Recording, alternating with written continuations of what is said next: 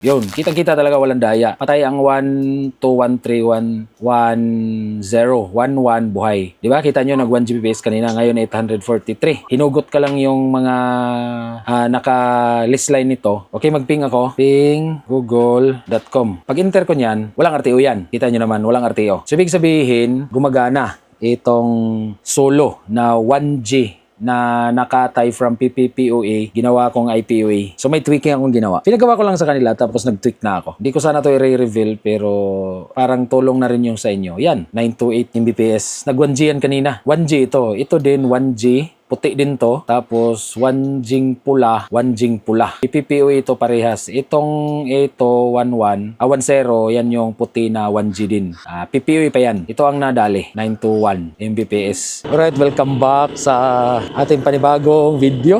Medyo tayo ngayon, nakamotor lang tayo kasi pupuntahan lang natin yung ating team. Nandun na sa mismong area. Nauna sila, nakasasakyan. Tayo naman ay nakamotor lang. Ito yung sitwasyon natin pagka nauuna na yung team. Nakamotor lang tayo. Tapos pupuntahan natin doon. Ang gagawin natin ngayon is all about installation SLI using 10G source natin. So, since meron na tayong 10G na source, yan yung ating gagamitin sa pag-activate nitong client na ito na bago magpapakabit. At I will show you everything, lahat ng ginagawa natin. Mula sa linya, tapos splicing ng connector. Kung merong i-fuse ngayon, gagawin din natin. Kung wala naman, goods lang. NAP activation, kung mag-activate tayo ng NAP kasi bago itong client. Kung wala naman, diretso lang tayo sa splicing at pag-activate ng modem. Ono, ganun yung gagawin natin. So medyo may kalayuan ito, nasa 3 kilometers ito away from highway. Yung lalatagan natin around 600 to 700 meters. Sana walang problema at all goods lang ang lahat para mahalatagan natin ng maayos at matiwasay. Okay, praise the Lord. Salamat sa Diyos sa napakagandang panahon. Medyo bundok ito. Papakita ko na lang sa inyo yung paano mag-activate ng box ng client pala sa mismong NAP box na yun. At ipapakita ko yung buong process. Lahat na process na. I will show you. Nakarating na tayo sa mismong pagkakabitan after ma-survey. Dito pala, masukal. Sige laki dito.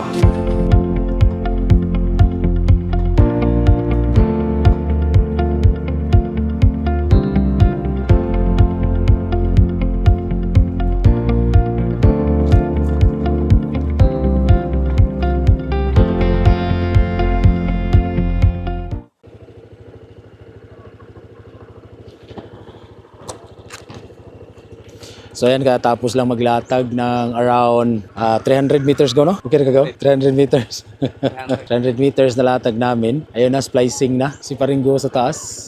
Tuloy-tuloy natin ang ating latag. Malapit lang pala dyan. Oh, hindi kaya abutin ng harvester yan? Ha? Pinataas niyo ng maigi. So pagkatapos natin mag-splice dito, tuloy-tuloy na natin dun sa papuntang client. Sana mapakita ni Makinbo yung daanan dun sa dinaanan sa client. Dun sa? Tunok ka to. Tunok. Sana makadaan doon. Ha? Diyan po, Bildo. So, praise the Lord. Yan, kitang-kita ni readingan kung ilan ang reading. Sana makakuha ng magandang reading. So, yan yung team natin. Naka-complete PPE yan. Nakakamatos si Ino. Warbay medyas bao ang tiilan na akong sapatos. Pero pandasa na akong sapatos yun. Luyan gusto kong sapatos gaw. So, yun. Nire-readingan. Ha? Mga piit na diyang soda. Sa mukag na ako ng kuwan. Okay, pagkatapos natin dyan, punta na tayo doon sa baba. Mag-activate na. Detention pa doon sa kabilang poste. Okay? At yun, praise the Lord, nakarating na din tayo sa patutunguhan. Ayan, tensioning na for the loop para sa future nap dito. Gagawa dito ng future nap sa susunod na mga time. So, ayan, nakarating na. Ilalagay na natin dito sa loob ng bahay. So, ganun lang. Hindi ko masyadong napakita lahat kasi yung pinagbasukan natin ng kable ay masukal. Grabe, masalimuot ba? Ngayon, papasok na tayo sa loob. At syempre, all goods na to. May buwan na. Hapon na. Hirap na. Gabi na kasi.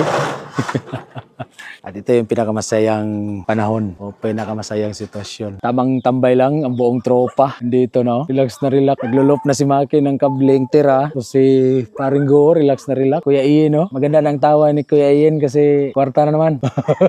Kuya Ian, ha? So ayun, praise the Lord. Natapos din sa wakas ang ating mga ginagawa, no? At di mahaba yung ating video ngayon kasi yun nga, medyo hindi natin na videohan yung paglalatag. Ngayon, magkukonfig na sa loob.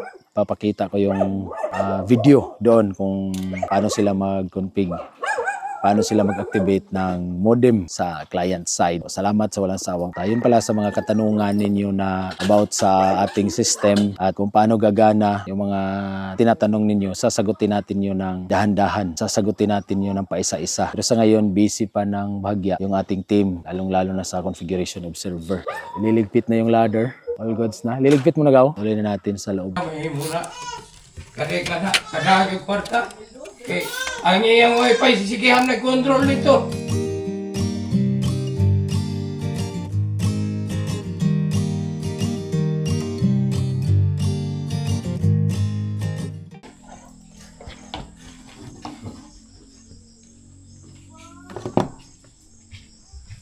Alam kong marami ang sumasakit na ulo ngayon regarding sa nangyayari sa puti. Alam nyo na yon kung you are a small time or small scale or medium scale player or even gumagamit ng puti. Alam kong sumasakit ang ulo ninyo. So papakita ko sa inyo. Ito yung aking 1-1-1. Pinatay ko ang 1-0. Binuhay ko ang 1-1. Pinatay ko ang 1-2. At pinatay ko rin ang 1-3. So kita nyo naman napatay siya. So, sa mga clients out there, sa mga nagpapasitap sa akin, alam ko gumagamit kayo ng ganito. Alam nyo na to kung ano to, yung mga gumagamit ng ganitong system. So papakita ko yung isa kong server para na rin mai-share ko sa inyo na gumagana talaga. So alam ko sumasakit ang ulo ninyo sa ganitong setup. Siguro 1 week ago, sumasakit yung ulo nito. Pero yung akin, papakita ko sa inyo, may ginawa akong tweaking from PPOA. No choice na kasi tinamaan na. Ayan, nag 1 Gbps. Kita nyo naman, solo yan ha. Yung isang server ko, kumakain ng 1 Gbps to. Yun, kitang-kita talaga walang daya. Patay ang 1, 2, 1, 3, 1, 1, 0, 1, 1, buhay. Diba? Kita nyo, nag 1 Gbps kanina, ngayon 843. Tas, papakita ko kung accurate ba dun sa mismong server ko din na mismong packets niya ng 10 GSFP. Hinugot ka lang yung mga naka-list line nito. Walang RTO. Para walang daya talaga. Ulitin ko.